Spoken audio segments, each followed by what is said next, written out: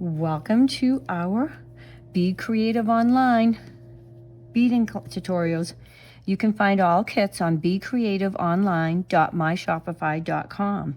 Today we are going to do this fun little crescent one that I made it so long ago I can't remember.